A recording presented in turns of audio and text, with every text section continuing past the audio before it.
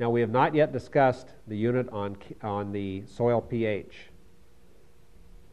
We are going to do that in the very next unit, but all I need to say for now is that the pH of a soil is determined by the concentration of hydrogen ions in comparison to the concentration of hydroxide, the ion that I just mentioned, precipitating with aluminum. The concentration of those in relationship to each other in the soil solution is what is going to determine the pH of that soil.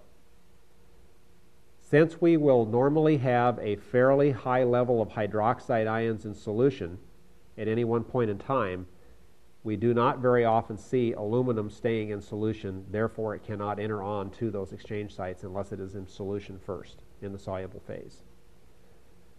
So the fact that we get precipitation reactions occurring in the soil and taking cations out of solution can be a very appreciable one in terms of how that affects which cations are occurring on exchange sites in the soil.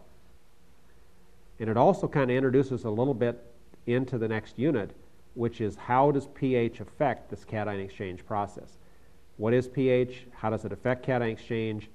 And how do we measure it? Now that we know what the process of cation exchange is and the types of processes or things which affect this cation exchange process in the soil, we need to next take a look at how we measure cation exchange capacity of soils. So I've taken the term cation exchange and I've extended it by putting one more word on there, and I said cation exchange capacity. Well, I think we know what capacity is. It's what is the quantity. It's a quantitative relationship.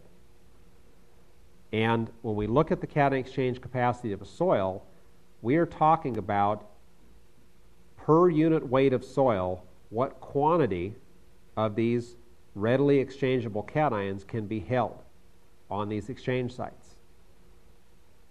Well, how are we going to measure cation exchange capacity?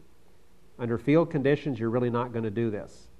But soil samples that are taken for testing and sent into a soils testing laboratory have the ability to determine the cation exchange capacity of a soil. I guess even before we look at how we measure it and what it is, we might want to ask ourselves, of what importance is it for us to know what the cation exchange capacity of a soil would be? I guess my initial response to that question would be that the cation exchange capacity of a soil is a direct measurement of the ability of that soil to hold nutrients in a form that are releasable and therefore usable by that particular plant or crop. If we have soils with very, very low cation exchange capacities, then these soils are very highly subject to leaching, meaning that even cations in those soils have a tendency to move with water down below the root zone of a crop.